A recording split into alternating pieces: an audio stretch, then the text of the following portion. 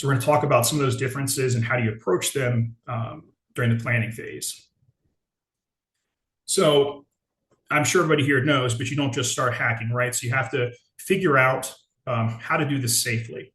In most healthcare environments, this is kind of what I see the average size. I say that because we're going to talk about timeline a little bit, and it puts that in context. Generally speaking, 50 to 100 applications, 80 to 100 internet connected systems, and about 1,000 IP addresses. Now that's maybe like more of a middle tier size. I've done engagements that span the United States, right? The network that's across the United States.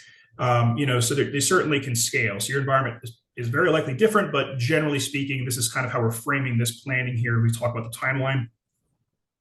Usually the pre-engagement phase, that planning phase, is about 1 week to 1 month. That's really dependent upon how quickly the meetings take place, coordinating people's schedules. There's a lot of important people that generally need to be involved that might add some delays. So it's generally, you don't rush this part. You take it slow. You figure out how to set things up.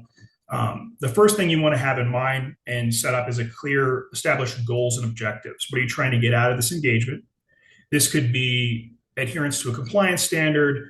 Generally speaking, what I hope a goal is have a realistic picture of how a threat actor sees my environment. Where's the risk that I need to be aware of, remediate or monitor, and at least acknowledge, accept, understand, right? Because a lot of that stuff, you don't want to find out you had a huge risk in an incident, right? That's the worst time to find out. So that should be one of the main goals, but there may be others, and we'll discuss that a little bit. The second area is discussing detection avoidance. This is very important to discuss ahead of time because it's a common assumption made on either side, right? Either the hospital has an assumption, the testing company has an assumption. Penetration tests, by their nature, are not designed to be stealthy. They're designed to be efficient and find the maximum number of vulnerabilities. When you talk about being a stealthy mission to avoid detection, that usually falls into what's called a red team. But you can be stealthy during a penetration test if that's one of your goals, right? So you want to make sure you discuss that, because I have seen this happen all too many times on an engagement. You do the engagement, and you get some stakeholders involved that are like lower level IT folks, and they're like, well, we detected you. So like that's not real risk because we detected you. Well, was that even part of the planning? If it wasn't, then I would have done the engagement entirely differently, right? So the way you go about the test, if detection is a goal, is very, very different, night and day difference, right? So it's important to understand that. And you can blend both worlds. So what we usually do is, because the pro of avoiding of not worrying about detection is efficiency. You can go through things more efficiently and it lowers the price. When you add in detection avoidance, you have to go through things a lot slower and it raises the level of effort associated with the price.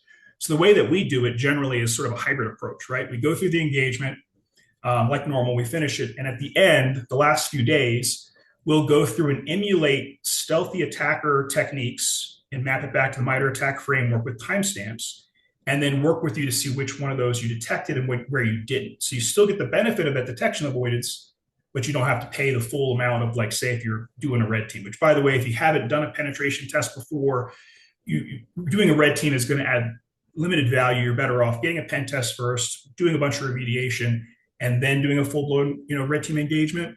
But in general, that hybrid approach I find works really well for hospitals.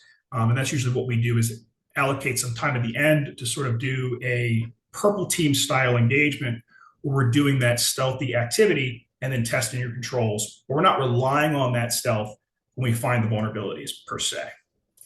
You want to define the scope, which is, essentially what's going to be tested and how that testing is going to occur. So you might say, is this just an external penetration test, or is it also internal? Is wireless in scope? Is physical in scope? These are all things to sort of hammer out to figure out, what we're putting in scope for the engagement based on the goals and objectives. Discussing an assumed breach scenario. This is another area where you see a lot of assumptions made, right? So if you think somebody's going to hack me, you'll think, well, come in from the internet, break in through an application, right? Or phish, right? Land on somebody's box, do it as real like the bad guy as possible. There's benefits to that, and there's risks, right? So when you force a team to come in through an application or impact a user potentially by coming in through phishing or things like that, you are adding additional risk to the project. What we find the best approach for hospitals is to do a assume breach scenario where you still test for all these ways that you could get into the network. You still identify that risk, but you don't require the testing team to push through those areas to test inside. So that assume breach scenario is essentially saying, okay, we're going to assume a breach happened. We're going to establish internal testing infrastructure for the testing team. This removes that risk, from having to come in through an operational application or coming in through a user that you have to compromise. All that stuff, adds risk. And when you talk about a life-supporting environment, you usually want to reduce risk as much as possible. So the assume breach scenario is really good. Helps you get the benefit of still understanding how somebody would break in, but you're not relying on the team to push through those holes. You're able to test and find that internal risk as still. And then establish the key stakeholders. So who should be defined in this in driving the goals and objectives. And this is the last planning slide, I think, directly planning. So we'll talk about some of these last few components. And then we'll get into some more interesting stuff that's a little more focused on technical aspects. So what we like to figure out is understanding what are your fears? What are some key fears that keep you up at night? That's going to drive and help really maximize the return on investment for you on the engagement. So are you fear about the backup and disaster recovery plan and solution you have in place? You can design test cases around that in the actual pen test so that you can sort of flush that out and see how that fear comes to reality. So it's important to understand fears. A common fear, ransomware, right? So you can understand, like, if ransomware got in the network, how could it propagate? We can actually test that and make that a use case and make that a finding in the report, right? Ransomware resiliency, and discuss sort of some of your controls around that so you can better defend against it. So that it allows us to sort of really understand what you're worried about and take a look at it during the engagement. You also want to discuss these critical systems that are on their network. If you're a hospital, you've got critical systems, so you want to approach those differently, and you can discuss that with the folks doing the penetration test. I don't suggest completely ignoring them, but you may go about it very differently. You can discuss potentially cloning them into development environments or doing just sort of a white glove review alongside the sysadmin for that system, right? But you still could look at it. You just may address it very differently. Determine your testing time frames and timeline. Understand maybe you have to test after hours or just during business hours or 24/7, right? So you want to figure all that out. Define your communication plan. That's also very important. So you want to understand what's the cadence of communication. Usually it's a weekly thing, right? Usually what we do is we have a weekly sync, a weekly touch point. On Friday is usually a good day. People's schedules are a little slower usually, but that's all individual to you. I've had some customers that want to do a daily touch point in the morning, and even before we ended the day, we touch point, right? So it all depends on what works best for your environment. And then just establish your trusted points of contact for deconfliction. When you have an engagement going on, you might notice, somebody's calling in because this application is running slow, and you're immediately going to want to, well, if the guy's doing the pen test, and maybe it is, maybe it's not, but you want to make sure you have your trusted points of contact that you reach out to so they can say, we're not even looking at that, it's not us, or that is us, we'll stop testing, kind of thing. So you have that deconfliction process on both sides. It's important for the testing team as well, because if they find something critical, especially on an internet-facing asset, they're going to want to reach out to you immediately and maybe start remediation before the test is done, right? Because if it's on the internet, a threat actor could see it, and you want to kind of address that maybe sooner than in a couple of weeks. Discuss your approved testing infrastructure.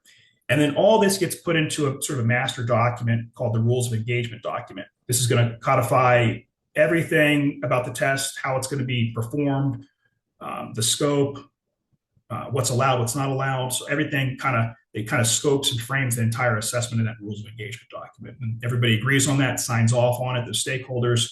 So everybody's on the same page. We try to remove all those assumptions that are maybe baked in, so everybody's on the same page.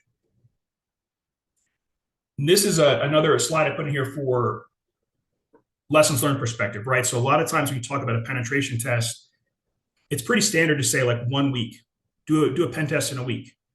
And that's not the right approach for hospitals because you guys do have life supporting systems. And if you try to push everything into a week, well, you're going to really increase your risk of negative system impact or just miss a lot of stuff. So our suggested approach working with hospitals is to have it a little more drawn out. Now, it doesn't mean you're billing for full-time out efforts that 4 to 6 weeks. It's not going to map to that much of an increase, but it allows things to happen slower, more methodical. And that's important because when you go against life-supporting technology, you don't want to, overload it and cause an impact. You want to be nice and slow. And a lot of the stuff we do in medical environments is manual. So we're not launching a tool at it. We're going at it manually because launching a tool at it could cause negative impact.